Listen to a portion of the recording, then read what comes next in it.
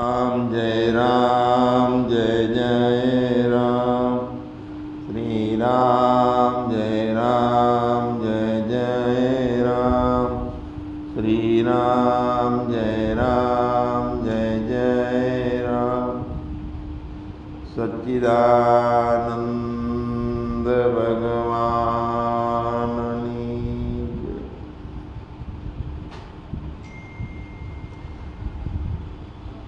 આ દ્રષ્ટાએ એની માન્યતા મુજબ જગત બનાવ્યું છે. માનીને જોઈને સાંભળી અને એની સજગતા એટલી નથી રહી કે જગત બનાવ્યું તો એની અંદર પોતે જગત, એનું જ્ઞાન, એનો કાળ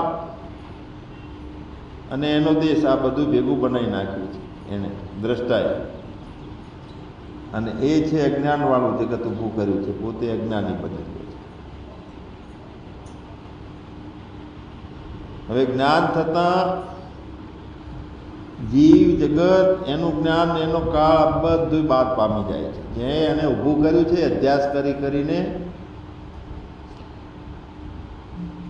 એ બધું બાદ પામી જાય છે. જ્ઞાન કાળ જાગ્યા પછી સપનું બાદ પામી જાય છે. એવી રીતે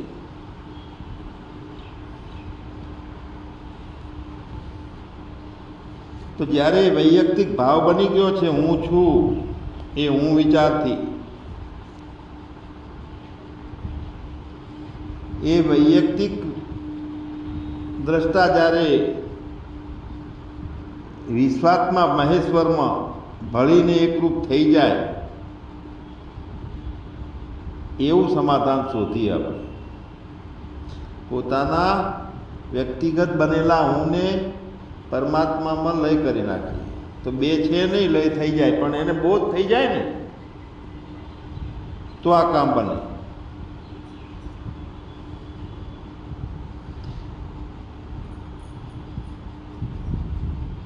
ભગવાનમાં ફક્ત ભગવાન જ છે, ભગવાનમાં જગત નથી.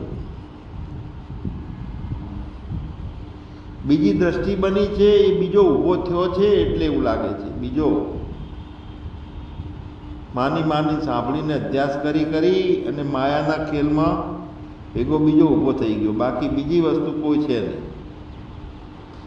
ત્યાં શાંત, સ્વસ્થ અને સ્થિર, ધીર ગંભીર પૂર્ણ પોતાનું સ્વરૂપ છે, જેની અંદર બીજું કશું પેસી શકતું નથી, જેમાં કોઈ વિકાર આવી શકતો નથી. અને તે ફક્ત ને ફક્ત એક તે જ પોતે માત્ર ચેતન છે, બીજું કાંઈ ચેતન નથી. તો પોતાનામાં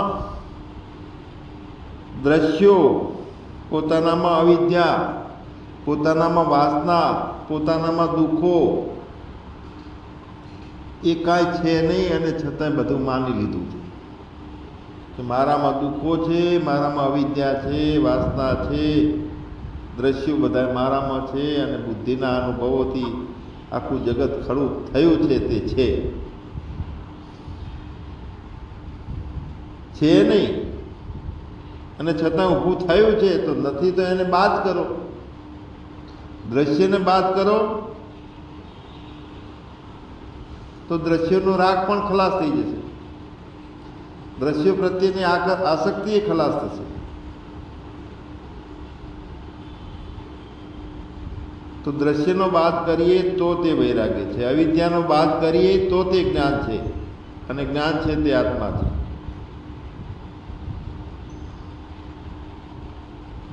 પોતે વ્યક્તિ નથી અને પોતાનામાં કોઈ વાસના થઈ જ નથી, પોતાનામાં જન્મ મરણ પણ નથી, પોતાનામાં જીજીવિષા પણ નથી. તો વાસના પોતાનામાંથી બાદ કરીએ તો તે ધ્યાન છે.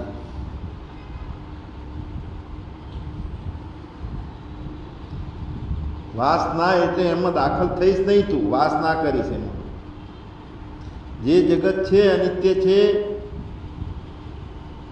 ખાલી પ્રતીતિ અને બુદ્ધિના ખેલ છે, તો એની અંદર તું દાખલ ના થઈશ, તું વાસના કરીશ. વાસના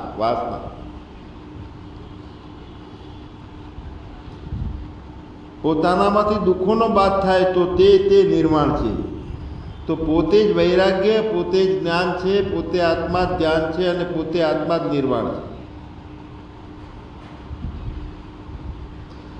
હવે આવું પોતાનું સ્વરૂપ હોવા છતાં જહાં ના કુછ હે ના હુઆ ના હોવનહાર, એકમ નિત્યમ વિમલમ અચલમ સર્વદી સાક્ષી ભૂતમ, ફક્ત સાક્ષી સ્વરૂપે છે અને એ બ્રહ્માનંદમ પરમ સુખદમ કેવલમ જ્ઞાન મૂર્તિ, એવા પોતાના સ્વરૂપની અંદર કોઈક એ જીવાત્માને એવું થાય છે કે હું સાધના કરું, કંઈક લક્ષ્ય પ્રાપ્ત કરવાના હું પ્રયત્નો કરું અને હું એને મેળવું.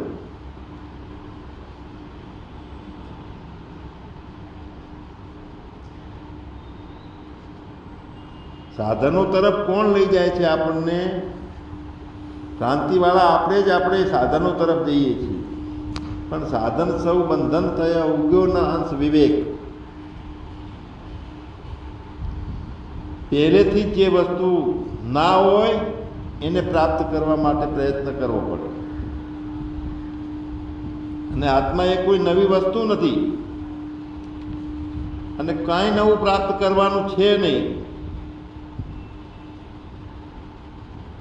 તો અહીં ધ્યાનમાં, એકાગ્રતામાં કે સમાધિમાં આપણે એ કરવાનું છે કે કશાનું ચિંતન ન થવું જોઈએ, એ કરીએ છીએ. અને ફક્ત નિર્વિચાર ભૂમિકા આપણી રહેવી જોઈએ, એના માટે સતત આપણે પ્રયત્ન કરીએ છીએ.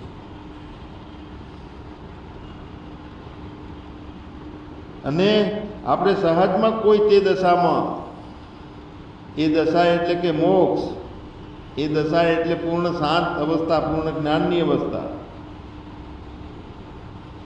એને મોક્ષ કહો, જ્ઞાન કહો, આત્મા કહો, શાંતિ કહો, મૌન કહો, બધા આત્માના એ દશાના નામો છે. આપણે આંખો બંધ કરીને બેસીએ છીએ તો એનો અર્થ એવો પણ નથી કરવાનો કે હું સાધન કરું છું અને કરનારો હું છું.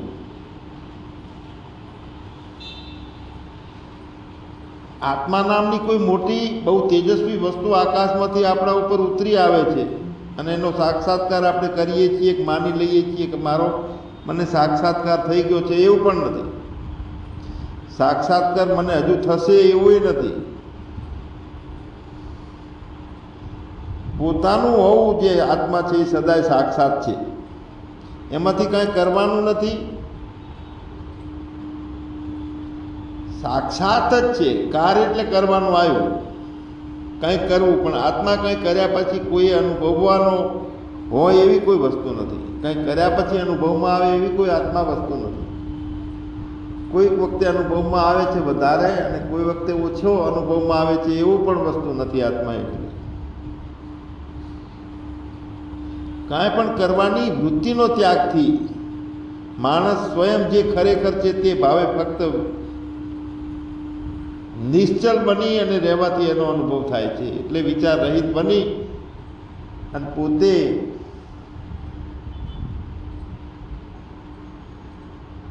અલિપ્ત ભાવથી બધું જોયા કરે જે થાય છે, ક્યાંયમાં ભળે નહીં. ફક્ત ને ફક્ત પોતાનામાં.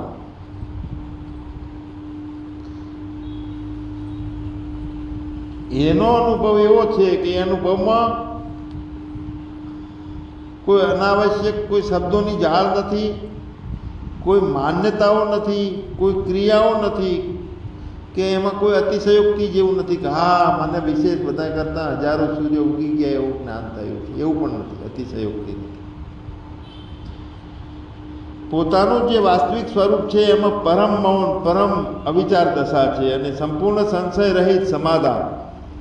બધા પ્રકારના પ્રશ્નોના જવાબોનું સમાધાન અંદરથી હોય છે.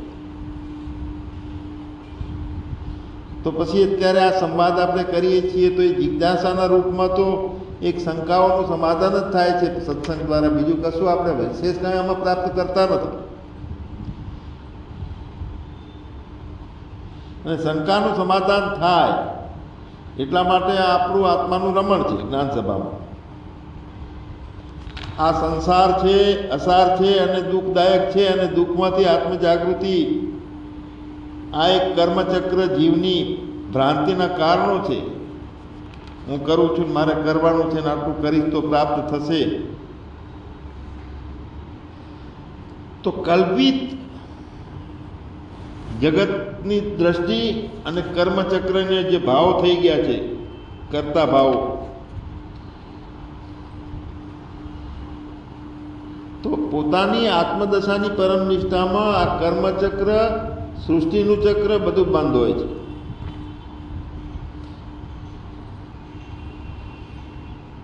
તો જુઓ, પોતે પોતાને જોઈએ કે હું અકર્તા છું, કશું બન્યું જ નથી, નાકું છે, ના હોવા ના હોવનહાર. પોતાનામાં કાંઈ થયું છે, થવાનું છે કે બીજું કંઈ જણાય છે? તો એવું કશું જ નથી.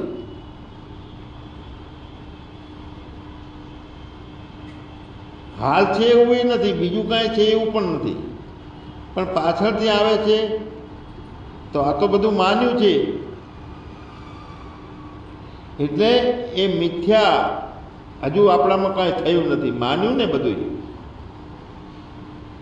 ઉપાસનાને માની, દેહને માન્યો, કંઈ કરીએ છીએ, બુદ્ધિના અનુભવને માન્યો, તો મિથ્યાત્વ હજુ આપણામાં થયું નહીં. એટલે રહી રહીને અંદરથી સંશયોના રૂપે ભૂતો બધા ઊભા થાય છે. એટલે કહું છું કે બ્રહ્મજ્ઞાન થતાં જીવ જગત, એનું જ્ઞાન, એનો કાળ, આ બધું જે કાંઈ ઊભું કરેલું છે, થયેલું છે, માયાથી, વ્યક્તિગત ભાવથી જેટલું ઊભું થયું છે, બધું બાદ પામે છે. તો આવું બાદ પામવું એ કેવી રીતે થાય? બધા બાદ પામે છે. જ્ઞાન થતાં પહેલાં જે સંસાર ભાવ હોય છે એવો જ ભાવ જ્ઞાન થયા પછી રહે તો જ્ઞાન થયું નથી. અને કોઈ કરતા એમ માને છે કે મને અડધું જ્ઞાન થયું છે ને હજુ મારી અભ્યાસ ચાલુ છે ને બહુ રેડી થઈ જશે, તો આ પણ ભ્રાંતિ છે. બ્રહ્માત્મ ભાવ જે પ્રાપ્ત કરવાનો છે એ જ્ઞાન છે, કોઈ ઉધારીનો વાત નથી. આજે આપણે દીવો અત્યારે કરીએ ને અજવાળું આવતીકાલે થાય એવું બનતું નથી. એ પ્રત્યેક વસ્તુનું જે જ્ઞાન છે એમાં આવું બધું બને કે વિદ્યા જ્ઞાન ઉત્પન્ન થયું, કેટલા ટાઈમે થયું, આ ટાઈમે થયું, આ રીતથી થયું, એવું બધું જે છે. પણ મોક્ષ દશાના અનુભવમાં આ બધું કાંઈ આવતું નથી. પણ એ પૂર્વે અનુભવો આપણને થાય છે, મનમાં એક જાતની પ્રસન્નતા ઉત્પન્ન થાય છે, આત્માનો અનુભવ થાય ત્યારે એ અનુભવ થાય છે કે સદાય પ્રસન્નતા રહે છે, સદાય નિર્ભયતા રહે છે, ચિંતા રહેતી નથી, બળતરાઓ થતી નથી, અને પોતાનામાં ફરીથી પોતાનો આત્મભાવની એટલી નિષ્ઠા થયેલી છે કે કોઈ સંશય ઊભો થતો નથી.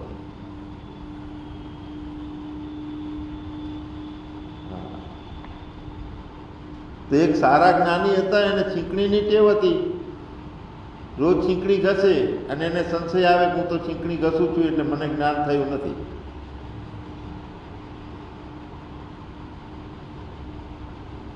હું છીંકણી બંધ કરું તો જ મને જ્ઞાન થાય. તો એ તો છીંકણી ગહનારો હતો અને એ છીંકણી બંધ કરનારો, એ હું ઊભો છે, એ હુંને ખતમ કરવાનો છે.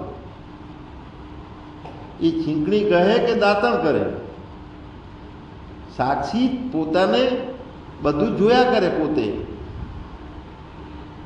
જ્ઞાનીને કોઈ કરવાનું કે ભોગવવાનું કે અનુભવવાનું આવતું નથી. ઘણાને જે કંઈ 5 વિષયો અને ઇન્દ્રિયોના અનુભવો જે પડ્યા છે ને એની અંદર ફસાઈ રહેલા હોય છે. કહેવાય છે કે એક ચક્રમાં મારું હજુ ઉર્જાઓ ફસાઈ રહેલી છે. હવે પ્રકૃતિ દત્ત જે ગુણો છે, પ્રારબ્ધો છે, વિષયો છે, તો જ્યાં છે અહીંયા રહેવા દઈએ ને, આપણે એમાંથી બહાર નીકળીએ. આપણે એમાં બંધાયેલા રહીએ, હું તરીકે, હું કરતા છું તરીકે. સતત પોતાને જોતા રહેશું તો અંતઃકરણે જશે ને એની અંદર રહેલા એના જે કાંઈ ભાવો પકડેલા છે ને એ બધું ખતમ થશે ધીરે ધીરે ધીરે ધીરે. એટલે અંદરથી પોતે અંતઃકરણને સુધારવાનો અને સ્વભાવ સુધારવાનો અને બહાર નીકળવાનો પ્રયત્ન કર્યા વગર સતત પોતે પોતાને જોતું રહેવું. એ જ્ઞાનના પ્રકાશમાં અવિદ્યા નષ્ટ થાય છે. આપણો બધાનો અનુભવ છે. આ અંદર જેટલા અણુ પરમાણુઓ છે, એટલે પ્રાણે જેમ પ્રસન્નતા વધે છે ને એમાં પ્રાણ પણ ઓટોમેટિક ધીમો થાય છે. અંદર માનસિક અવસ્થા એવી થાય છે કે પ્રસન્નતાની, આમ મુક્ત ગગન વિહાર કરતું હોય ને કોઈ પણ જાતના નિર્ભાર થઈને, એ મહેસૂસ આપણે કરી શકીએ છીએ. ધીમા ચાલવા લાગે પ્રાણ, એવી પ્રસન્નતા થાય કે શરીરના એક એક અણુ પરમાણુમાં એટલા બધા ફેરફાર થઈ જાય કે સતત આ પ્રસન્નતા, આનંદ વધવો જોઈએ, આવું માગ્યા કરે આત્મા.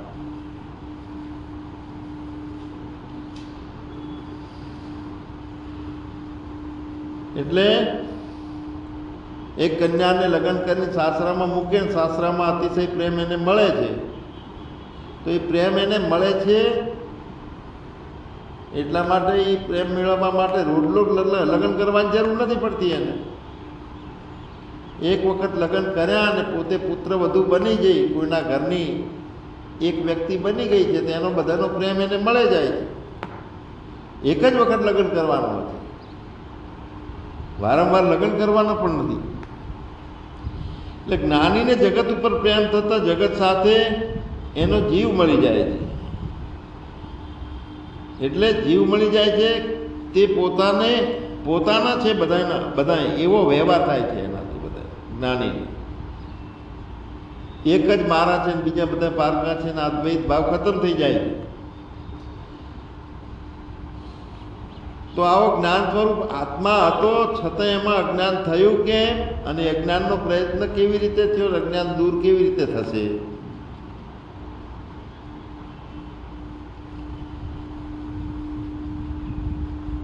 તો ઘરમાં 500 વર્ષનું અંધારું છે, તો કેટલા દોડિયા પાવડા ભેગા કરવાના છે અંધારું ઉલેચવા માટે? અંધારું ઉલેચતા જશે, ફક્ત દીવડો થાય એટલે અંધારું દૂર કરવાનું થઈ જાય છે. અંધારા દૂર કરવા માટે મહેનત કોઈ કરવાની નથી. અજ્ઞાન છે, અજ્ઞાન ક્યારે જશે? તો દશા એવી નથી બનતી, તો એમાં પ્રારબ્ધ બસ જે કંઈ રજોગુણ, તમોગુણ ને સત્વગુણની બેલેન્સ ઓછા વધતાપણું છે, પોતાનામાં નિત્ય કાયમ માટે હું અજન્મા છું, કાયમ માટે અકર્તા છું એ માનીએ છીએ, તો એક પાવર અંદર ઉત્પન્ન થાય છે. આપણે સાચી રીતે માનવાનું ચાલુ કરીએ એટલે એનો એક અદ્ભુત ભૂમિકા આપણી અંદર નિર્માણ થાય છે. અને એ જીવનનો આનંદ કે જેમાં અજ્ઞાન પેસી શકતું નથી, દ્રઢ નિશ્ચય આપણો છે. પોતે પોતાને ના જાણવું એ અજ્ઞાન છે, પોતે પોતાને કાયમ માટે જાણવા રૂપ જ છે. પોતે સાક્ષાત હાજરા હાજર છે, સહેજ પણ એની ગેરહાજરી નથી. ત્યાં જગત આખું ખતમ થઈ જાય છે. અંતઃકરણ જામી જાય, જગત જામી જાય, ઇન્દ્રિયો કરતા ભાવ બધું જામી જાય છે, કાંઈ રહેતું નથી. ફક્ત પોતાના સિવાય બીજી કોઈ સ્થિતિ રહેતી નથી. તો આવું ક્યારે? આપણને એવો બોધ થઈ જાય છે તો આપણો અહમ બુદ્ધિ છે એ મટી જાય. અને અહમ બુદ્ધિ મટ્યા પછી દ્વૈત કોઈ જાતનું રહેતું નથી, કોઈ ભય રહેતું નથી, જન્મ મૃત્યુ રહેતું નથી, જીજીવિષા રહેતી નથી, જીવવાની ઈચ્છા પણ નથી રહેતી. જ્યાં સુધી અહમ બુદ્ધિ છે ત્યાં સુધી દ્વિતીય બે ટાઈપના વિચારો, બે ટાઈપના સંબંધો થાય છે.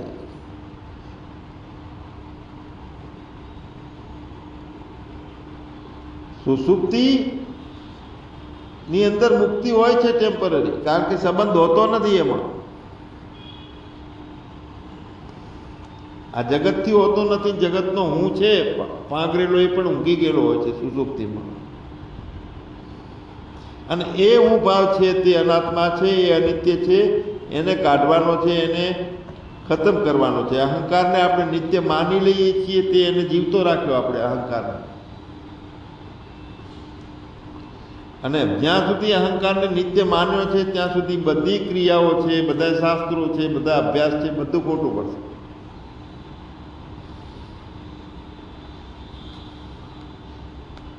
તો આ બધામાંથી બહાર નીકળી અને પોતે પોતાને સાક્ષી માને, જોવે, કશું જ નથી, બધું પોતાની અંદર મય સકલમ જાતમ, મારામાંથી બધું ઉત્પન્ન થતું છે, પ્રતીતિઓ ઉત્પન્ન થાય છે, હું જોઉં છું, મારામાં બધું રહે છે, વેગ પામે છે, હું જોઈ રહેલો છું, મારામાં બધું પાછું નષ્ટ થાય છે વૃત્તિ રૂપે, અને હું જોઈ રહેલો છું.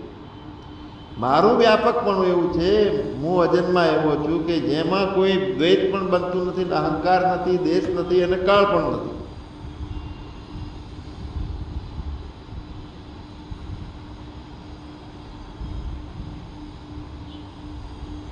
તો ભગવાન વૈયક્તિક દ્રષ્ટા જે છે એ વિશ્વાત્મા મહેશ્વરમાં લીન થાય, મર્યા પછી નહીં. અત્યારે જ આપણે પોતાનું ખતમ થવું, પોતાના આત્મભાવમાં.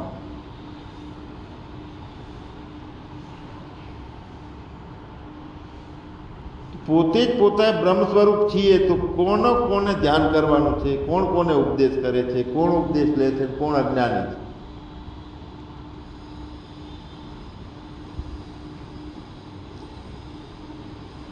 યથાર્થ જેમ છે એમ પોતે બ્રહ્મ છીએ, ત્યાં પરમાત્મા સિવાય બીજું કાંઈ નથી, સંસારી અસંસારી કશું જ નથી. કોઈ વિજ્ઞાન નથી, કોઈ કર્મ નથી, કોઈ કર્મનો ઊભો કરનારો નથી, કે કોઈ કર્મનું ફળ આપનારો ઈશ્વર પણ નથી. એમાં સાક્ષાત પોતાનું હોવું. કારણ કે અવિદ્યાની અંદર આ બધું રહેલું છે ને અવિદ્યા છે નહીં. કર્તા કે કર્મ કાંઈ નથી. કરતા મટે તો છૂટે કર્મ, એ છે મહાભજનનો બલ. એટલે કર્મની ઉત્પત્તિ, કર્મની પ્રાપ્તિ, કર્મની વિકૃતિ અને કર્મની સંસ્કૃતિ, આ બધું થાય છે એ કરતા ઊભો છે ત્યાં સુધી. ઉત્પત્તિ થાય છે, પ્રાપ્તિ થાય છે, વિકૃતિ થાય છે, સંસ્કૃતિ એ થાય છે. અને તે પોતાના આત્માના ધર્મો નથી, પોતાનામાં કશું થતું નથી. ના કુછ હે ના કુછ હુઆ ના હોવનહાર.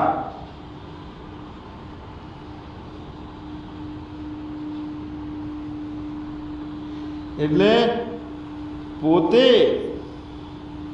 પોતાને પોતાનામાં જોઈ લે, બસ, બીજા તરીકે નહીં. જેટલી પ્રવૃત્તિ કરવાનું આવે છે તો એમાં એક ઈચ્છાને આધીન થાય છે. ઈચ્છા છે એમાં પુરુષ રહેલો છે, પૌરુષત્વ રહેલું છે પ્રવૃત્તિમાં.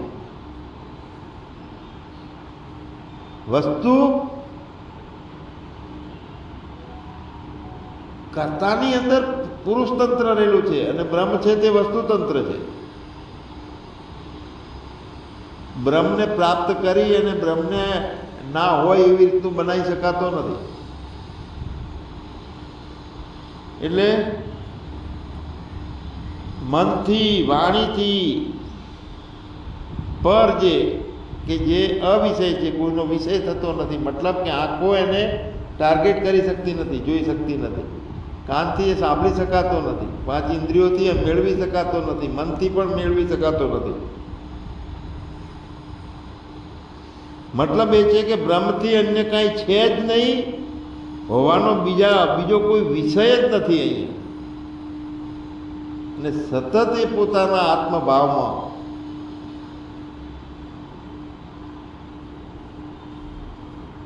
બીજું કંઈક છે અને એને પ્રયત્ન કરીએ છીએ કાઢવાનો. એટલે બહુ ઉપાસનાઓ અને બહુ સમય લાગી જાય લોકો. અને દ્રઢ પોતાને જેમ અધ્યાસ થયા છે જગતના વ્યક્તિ ભાવના, એના બદલે બ્રહ્મનો અધ્યાસ થાય, સતત પોતાનો લક્ષ થાય. એટલે બ્રહ્મનું જે રૂપ છે એ અપરિચિત છે, અપરિચ્છેદ છે, કોઈથી કાપી શકાતું નથી, બાળી શકાતું નથી, સૂકવી શકાતું નથી. તો આ બધી પોતાનો અભ્યાસ કરવાનો છે. એના બદલે હું કપાવું છું, બળું છું, જન્મ્યો છું, દુઃખી છું, એ બધા અભ્યાસોને ખતમ કરવાના. એક લડાઈ આ છે, એક હું બની ગયો છે, એ હુંને મટાડવાનો અને નવા હુંનું અંદર પ્રસ્થાપિત કરવાનો સાક્ષાત તરીકે. એટલે પેલાને મટાડવાનું કામ નહીં કરીએ અને પોતાને જોતા રહેશું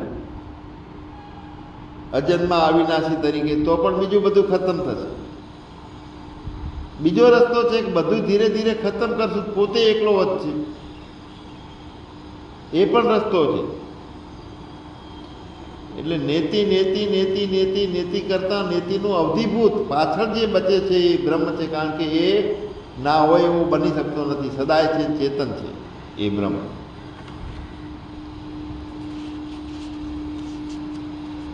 એટલે અનાત્મા રૂપે વૃત્તિ કાયમ બની રહે છે, તો પછી વ્યવહારો થાય છે.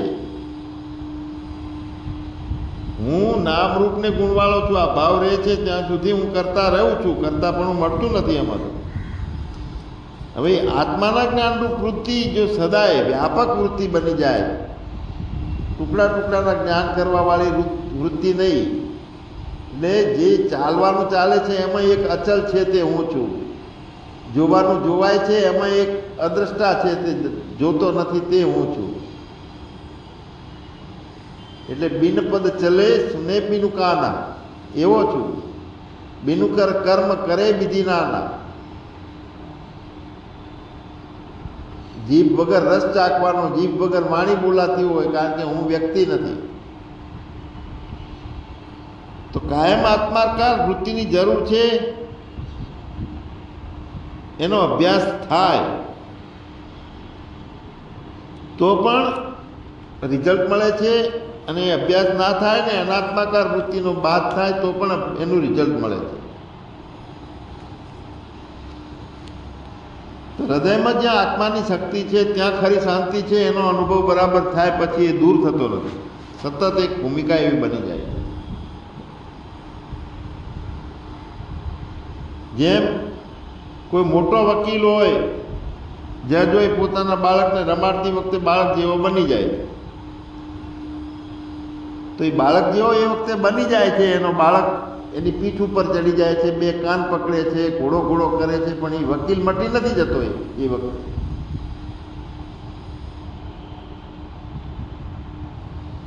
એ વકીલાતનું જ્ઞાન ભૂલાતું નથી એને.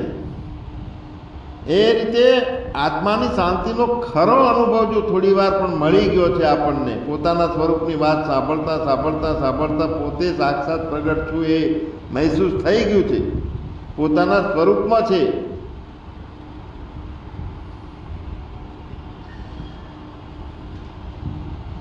એ બાકી બધામાં આવે ને તો ફરી પાછો પોતાના સ્વરૂપમાં જતો રહે. ભૂલથી આવી જાય ને કરતા ભોગતામાં. એટલે ઘીની બહેણી લઈને બજારમાં જઈએ છીએ, 2 કિલો ઘી લાયા અને ખરાબ નીકળ્યું, પાછું હાલ દીધું ઘી, તો જે વાસણમાં ઘી લાયા એમાં ઘીની સુગંધ તો રહી જાય.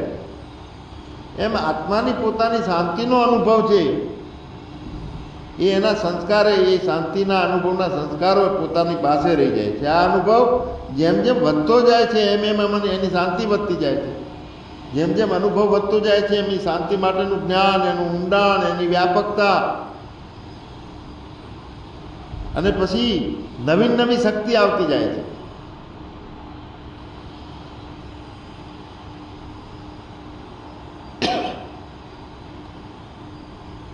એટલે જેમ જેમ શરીર, પ્રાણ, મન શાંત રહી પોતાના સ્વરૂપનું ખુલ્લું કરવાનો પ્રયત્ન એને વખત આપે છે, સમય આપે છે, તેમ તેમ આત્મા આખા બ્રહ્માંડમાં વ્યાપક થવા લાગે છે, એની સીમિતતા છૂટતી જાય છે, અસીમ બનીને ઊભો રહે છે. પણ પ્રાણ મન શાંત રહી અને પોતાની ભ્રાંતિ રહિતતામાં રહી, સંશય રહિત થઈ અને હું જ આત્મા છું અને પોતાના સ્વરૂપને ખુલ્લું કરવાનો વખત આપ્યો. મતલબ કે ઘડીક થાય ફરી ચિંતામાં આવી જાય અને જગત સાચું માનવા લાગે, એવું ના બને. અને જ્યારે આત્મા આખા બ્રહ્માંડમાં વ્યાપક થવા લાગે છે પણ જીવાત્માને એવું બુદ્ધિને લાગે છે કે વ્યાપક થવા લાગ્યો, તો એ દશાની અંદર જે સંકલ્પ અને વિકલ્પો તો બંધ થઈ જાય છે. એ વખતે જેવો સંકલ્પ કરીએ અને જે સંકલ્પ થોડી વાર પણ એ વખતે ધારણ રહી જાય પોતાનામાં, તો એ તરત જ બનાવ બનવા લાગે છે.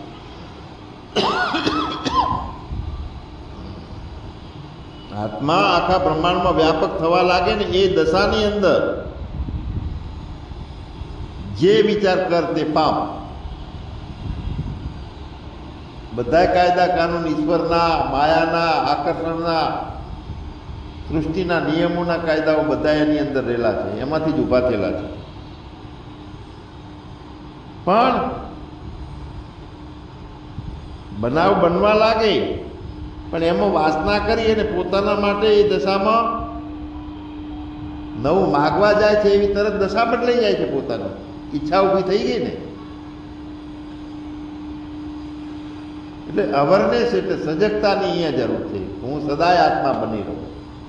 કોઈ પણ વસ્તુ એ દશામાં કોઈ ઈચ્છાઓ ના કરવી. જ્યારે ઈચ્છાની દશા ચાલુ થાય છે ત્યારે મૂળ દશા બંધ થઈ જાય છે. કેમ કે એમાં મન રોકાઈ જાય તો આગળ એની પાછળથી એ દશાના ઉત્તમ આનંદનો અનુભવ જે છે એ અનુભવ બંધ થઈ જાય છે. અને મનને ઊભું રાખ્યું છે, જગત સાચું છે, શ્રદ્ધા કરી છે એટલે મન બધે રોકાઈ જાય છે. એટલે પૂર્ણ સુધી આપણે પહોંચી શકતા નથી.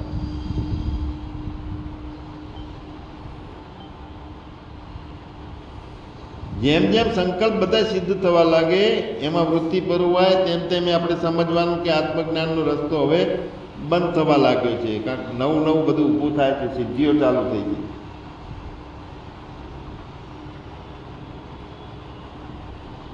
ઊંચા અભ્યાસ દરમિયાન ઘણી બધી સિદ્ધિઓ ચાલુ થઈ જાય છે, પણ આપણે ભટકાઈ ના જઈએ ત્યારે આપણા ઉપર પરમાત્માની ઈશ્વરની કરુણા છે એમ લાગે. અને સંસારનો મોહ છોડવો તો ઘણો હોયેલો છે, પણ સિદ્ધિઓ આવી જાય અને સિદ્ધિઓનો મોહ જે છોડવો છે ને એ બહુ અઘરો છે. ભગવાન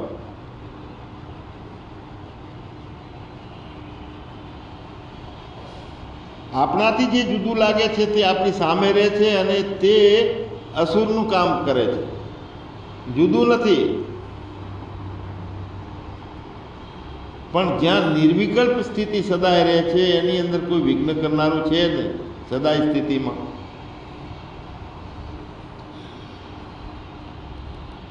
બધા પોતાને આપણે હું કહીએ છીએ તો આપણે કોઈને તું શા માટે કહેવું જોઈએ? આપણે કોઈને તું કહીએ છીએ તો તે આપણને તું કહેશે. આપણું ખરી સ્વરૂપ હું પણ અનુભવમાં નહીં આવે, હું અને તુંની રમતમાં. પણ ભગવાન પોતાના અનુભવ સાથે બધું આપણું થઈ જાય. પોતાનું હું, તું, આ, તે, આ બધું બંધ થઈ જાય છે. બધી વૃત્તિ નાખેલ છે,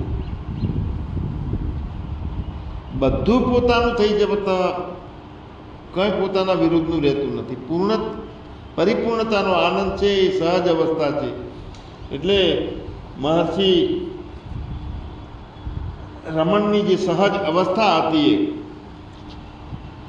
કે હું ઘણી વખત કહું કે બેસતા 2 ફૂટ ને ચાલતા 4 ફૂટ વૃત્તિ થવી જોઈએ. તો કેમ ભાઈ એ વૃત્તિ? તો અંદરનું લક્ષ્ય છે, પોતાને સતત જોતો રહેવાનો છે. આપણી ચેતના અંદર તરફ વળી છે તો અંદર ચેતનાની અંદર જ સ્થિતિ, ચેતનની અંદર જ ચેતના એના કેન્દ્રને પકડીને રહેલી છે. ત્યાં દ્રષ્ટિ બંધ થવાથી અને ખુલવાની ક્રિયા વગરની થઈ જાય. દ્રષ્ટિ પલક પણ ઝબકતી ના હોય અને છતાં બહારનું જણાતું હોય દ્રશ્યો. લક્ષ અંદર તરફ અને બારે દ્રશ્યો જણાતા હોય ને અંદર બહાર એક રસ લાગતું હોય, કોઈ નોખું નથી. એટલે અંતરલક્ષ બહિર્દ્રષ્ટિ એ સાંભવી મુદ્રા. જેટલા બધા તંત્રો છે એમાં ગુપ્ત રહસ્ય તરીકે એને વર્ણવી છે. અને ભગવાનનું આ સ્વરૂપ એવી અવસ્થાનું પ્રતીક છે કે જેમાં વ્યક્તિ તરીકે ઊભો થયેલો હું, દરેક પોતાને જે હું કહે છે એ બધાય હુંનો એક પરમાત્મામાં લય પામી જાય. એવી એક સહજ અવસ્થા કે જહાં ના કુછ હે ના કુછ હુઆ ના હોવન હા. કરતા ભોગતા નથી, જન્મ મૃત્યુ નથી, ભય ભેદ ભ્રાંતિ નથી, સંકલ્પો વિકલ્પો નથી.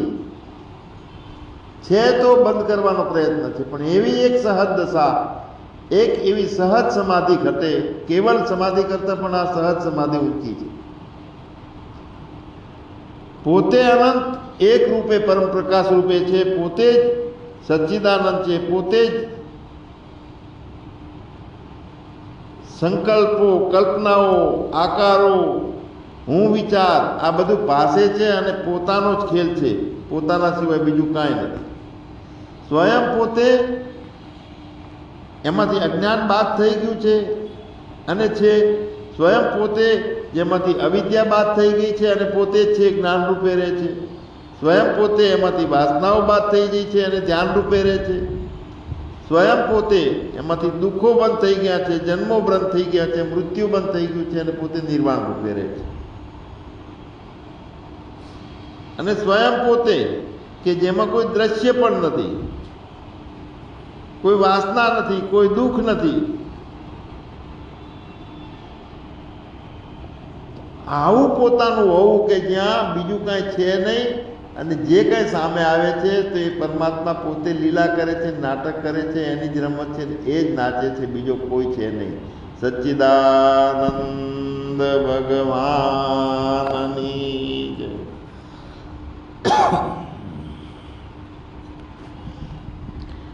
બહુ સરસ સાધના બેન.